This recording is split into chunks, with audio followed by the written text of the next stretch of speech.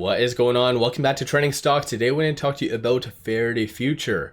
Starting off, round of applause, it did close above 50 cents. It started to lose a little bit of momentum near the tail end, but it did hold up very well. So I'm going to break it down what that does mean going into next week, as well as there was something that was just submitted from Faraday that I wanted to kind of show you, because if you are a fan of Faraday and actually do like the operations, it's kind of a big thing. So I'm going to go over all the things that you need to know, but first make sure to hit that thumbs up, and with that, let's get right to it. So Faraday did close 1.24% in the green, had a nice spike up to about 58 cents, give or take, and then it did start to kind of pull back, 49 cents the low. But nonetheless, it definitely did close above 50 cents. So round of applause, like I said. When it comes down to Faraday itself, there was no news, no SEC filings, nothing like that. But rather, this was posted on YouTube, and it is YT. And he kind of does a 5-minute video. So it is rather long. And unfortunately, he is speaking Mandarin. So it's not necessarily English, but there is subtitles. And the reason why I wanted to kind of play this near the tail end of the video is because he talks on bridging, and what recently came out from the European Union, as well as recently the States, seems like everyone is adding tariffs to China automakers, and so obviously Faraday falls under that umbrella. So in theory, having a bridge is actually very important for the day-to-day operation. And like I said, when I'm doing these videos, I'm kind of torn. I know a lot of people did get into Faraday because of the squeeze aspect, so I'm trying to kind of balance by talking, or I guess sometimes not talking on operations, more talking on the shorts. So based on this, if you are a fan of Faraday, this is big news, because by adding the bridge, you're kind of bypassing the tariffs, making things very, very simple for Faraday and allowing them to import them to the States. So once again, I'm going to play this video near the tail end in case you guys haven't seen it. But like I mentioned, no official news, no SEC filings, nothing like that. Shorts though, shorts did increase 2.49 million shares, still on the threshold list. So don't anticipate that to kind of get off of that anytime soon. 19.07% of the free float is being shorted, works out to be 83.01 million shares overall are being shorted, utilization at 94.78, and then cost of borrow average a little bit lower than yesterday, so Thursday. So right now it is at 12.16%. But beside the point, if you are looking at shorts, they have started to really get back into Faraday. So this is where I'm talking on, if you're more of a fan of the squeeze aspect, shorts are doubling down. So if there is a nice continuation of buying coming from retail and possibly institutions, which there wasn't all that much today, but beside the point, if there's a lot of buying that does happen, this is where you could see a very nice squeeze. As far as institutions buying, there was only one transaction above $100,000 on the secondary market. Typically, there's about one, sometimes two a day. That's it. Obviously, when Faraday was really spiking, you were getting like 400 a day. So even looking back on the 21st, this is from the 20th. So you're seeing a lot of big transactions at $1.50. So, and based on the bid, the ask, and the selling price, majority of these are buys. So you saw a ton of transactions occurring back then, even at the 350 range. And this is obviously why it did start to bounce off of that high of 390, because looking at all here, you had a lot of institutions selling. And so once again, it's really good to analyze what is happening behind the scenes, and it kind of gives you, or paints a picture of what might be coming next. So if you are a fan of Faraday because of the squeeze aspect, technically it's still on the table. And when it comes to Faraday closing above 50 cents, that does mean the 16,000 in open interest is going to be exercised. So that does mean market makers who don't have Faraday shares readily available, they'll have to go to the open market first thing on Monday. So as soon as the market does open, you should see a nice spike up. And obviously going into next week, this is where I've been saying this is not do or die, but it is very important if you want a gamma squeeze. because right now there is 24,000 at that 50 strike price, then 50,000 at the one, 29 at $1.50, and you guys can obviously see the rest, even up to $6, 29,000. So for instance, if Faraday does close above $1 next week, let's say there's a nice squeeze in the broader market, then you are going to have a ton. So even as of right now, 74,000, because it'll be both of those, right? That market makers will have to go to the open market and buy. And so this obviously prompts a gamma squeeze, thus kind of moving into a short squeeze. So like I said, it's pretty exciting of a stock. I think over this last year when I've been covering it, I've been hoping for something coming from management, and because of this squeeze, I think it really did light a fire under their ass, because there's been more stuff coming from management over this last 2 weeks than there has been in the last like 6 months. So because of this squeeze, maybe they're actually doing something, and who knows? Let me know your thoughts on all of that in the comments below. Give yourself a shout out. Did you buy Faraday? Did you sell? What did you do with Faraday today? So without further ado, I'm just going to quickly play this. So YT does talk, like I said, it's around 5 minutes.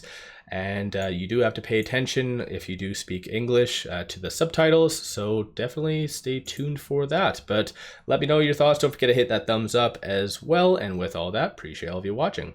大家好，感谢贾可老师的邀请，非常开心在中国汽车蓝皮书论坛再度和大家交流。10年前我提出 C 计划，也就是 Super Electric Ecosystem Plan， 预判了中国智能电车将换道超车。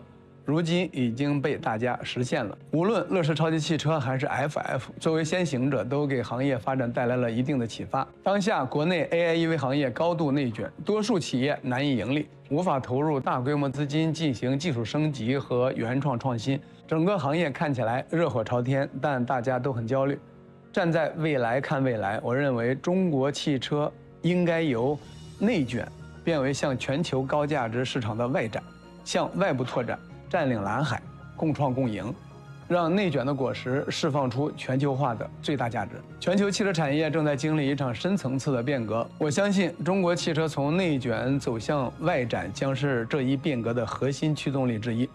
共同搭建中美汽车桥梁，真正走向全球，才能根本解决中国汽车产业的发展问题。美国作为全球第2大也是价值最高的汽车市场，2023年纯电车型的渗透率仅有8%。 而这个数字在中国达到了36%，如果加上混动等其他新能源的产品，中国市场的渗透率已超过了50%。这个巨大的 gap 造就了美国市场巨大的蓝海，而2到3万美金以及3到4万美金的细分市场，电动车的渗透率更低，是一片超级蓝海。因为在这个价格区间，美国市场上目前没有一个像样的 AIEV 产品，相比之下，中国的 EV 市场给了用户无比多样的选择。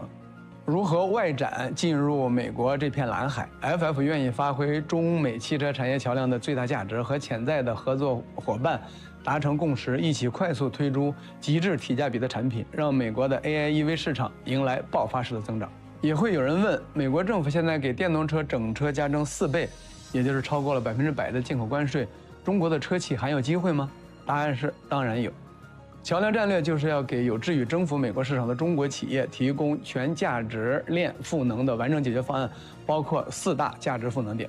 基于 FF AI Hyper 6x4 Architecture 2.0 打造的产品、技术研发和整车工程体系赋能，把售价30多万美金的 FF91所采用的核心技术赋能到大众放量车型上。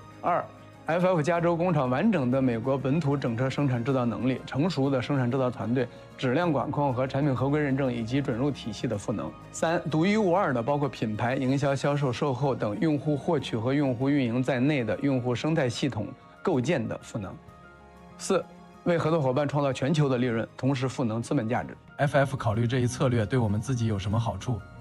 这将使 FF 能够参与到中国新能源车领域非常具有成本效益的供应链中，从而为我们自己的产品提供支持。我们甚至可以考虑建立一个第2品牌，以区分现有和未来的 FF 产品组合。共享是我们的坚定信念以及一个核心价值的重要组成部分。FF 正好提供了一个完美的想法，可以在各个方面都建立起互利共赢。近期我们已经在和多家国内主机厂洽谈合作和零部件的采购方案。一开始被问到最多的问题是 FF 凭什么能够做成这个战略 ？FF 目前的交付量这么低，凭什么能在未来大规模的销售放量车型？第一，桥梁战略首阶段，我们计划针对主机厂准整套零部件进行规模采购，将主要聚焦在第一批2到3万美金和3到4万2个价位段的产品。在资金到位后，希望可以尽快签订首批大规模的零部件采购合同，并支付预付款。第二，FF 在美国拥有包括车身、涂装、总装等工艺在内的整车生产制造能力，经过适当的改造，实现大规模本土化生产大众放量车型。而且 FF 这10年来在美国积累的完整的供应链及合规测试团队，可以在零部件采购、包装、物流、关税控制等方面提供解决方案，并确保产品符合美国的合规准入及法律法规标准。第三 ，FF 打造出了独一无二的用户生态体系，可以通过完全的线上方式，几乎不需要建立任何一个用来展示和销售的线下旗舰店来完成销售，线下仅仅需要提供售后服务。这套体系已经在 FF91用户生态上完全跑通。第四，我们会将当初乐视超级电视、乐视超级手机的许多成功理念和模式应用到大众放量车型上，包括全流程直达用户、2倍性能、1半价格、极致提价比等等，像当年颠覆电视行业一样，再度变革美国 AIEV 产业。有人会问，我们有没有足够的资金去实现这个战略？目前我们正在全力以赴推进战略投资者的融资事项，一旦完成，部分资金将会投入到桥梁战略首阶段主要工作。其次，我的 IP 商业化也会提供全力的支持。我相信，在这片巨大的蓝海和难得的历史机遇面前，一定会有孤勇者与我们并肩，投身其中，共创共享。我们将在下个月正式举行桥梁战略发布会，分享更多细节。众所周知，只有征服了美国市场，才算是真正的全球化。希望中国汽车未来10年能变内卷为外展。FF 作为中国人创办的美国公司，愿意为外展搭建桥梁，让美国用户也享受到像中国用户一样的极致价值，实现中美汽车桥梁战略所有参与者的价值最大化，同时助力中美汽车产业实现真正的双赢。中国汽车产业的雇佣者们，让我们一起携手重构美国 AIEV 大众汽车市场的明天。谢谢大家。